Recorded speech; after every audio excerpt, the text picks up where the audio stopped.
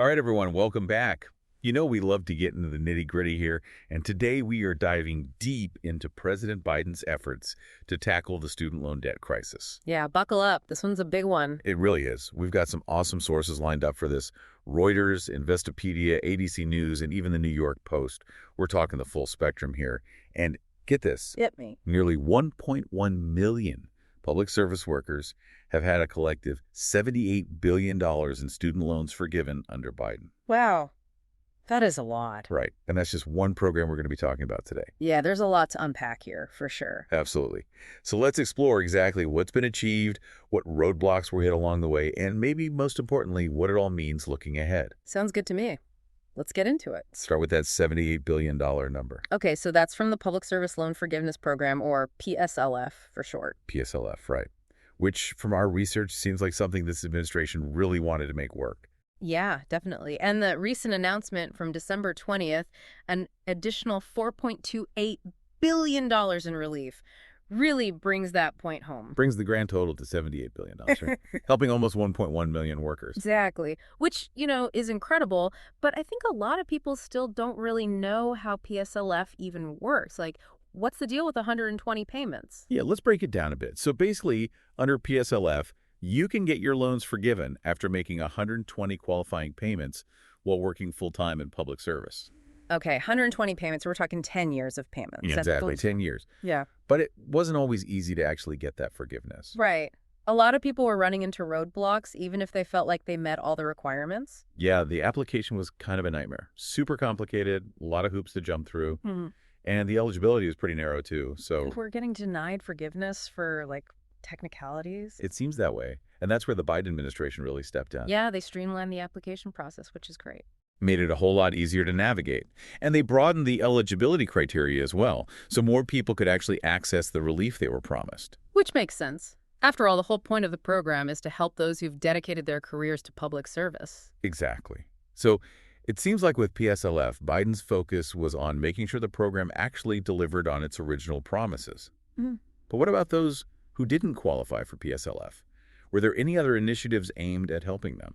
Oh, yeah, definitely. There were some pretty ambitious proposals floating around for broader debt cancellation, stuff aimed at helping a wider range of borrowers, not just those in public service. And what was the goal there? Just kind of blanket forgiveness for everyone? Not quite. I mean, Investopedia and the Department of Education both talked about this, and it seemed like the initial target was around 8 million struggling borrowers. So folks who were maybe behind on payments or facing some serious financial hardship. Exactly. And of course, it wasn't that simple, was it? Nope. Those broader proposals hit some pretty big snags along the way. Huge legal challenges right out of the gate. The logistics were probably a nightmare too, right? Implementing that kind of widespread change. Oh, absolutely. Especially during the pandemic when they were already dealing with payment pauses. Right. Everything was just so up in the air back then. Yeah.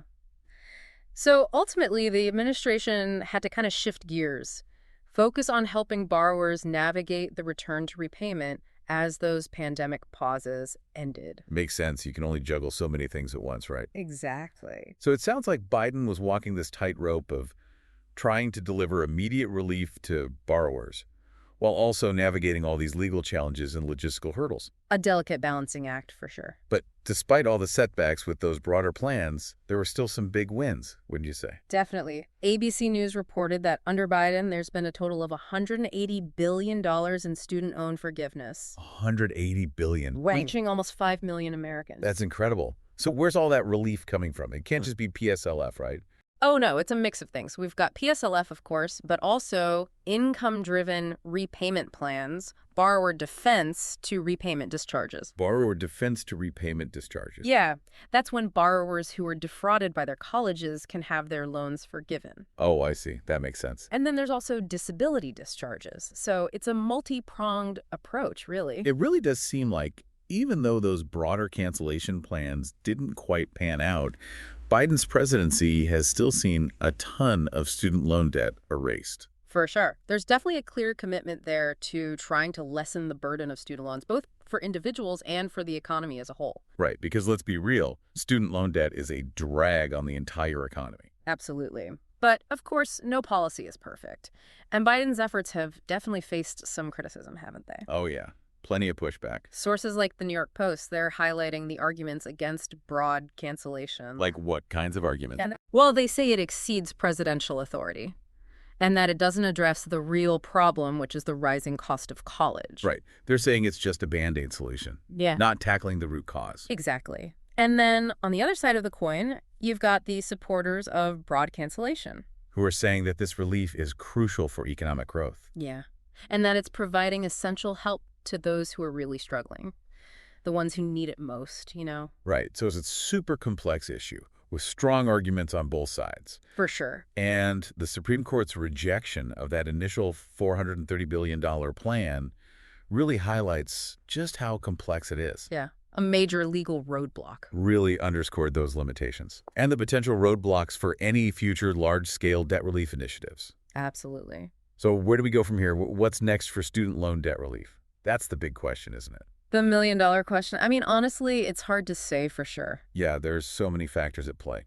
The incoming administration's policies will definitely have a huge impact on how things unfold. Absolutely. Will they continue these efforts, expand them?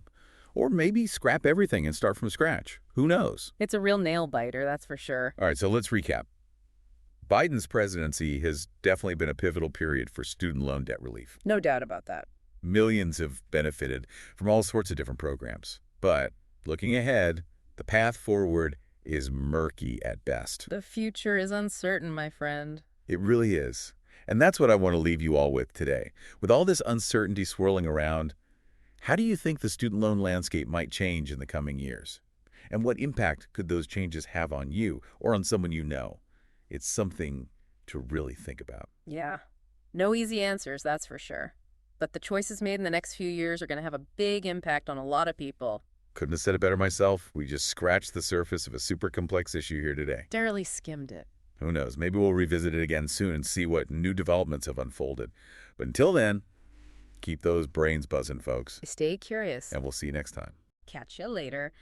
Today is your lucky day. Today is the day that our $3 website works for you, paying you directly to your PayPal daily.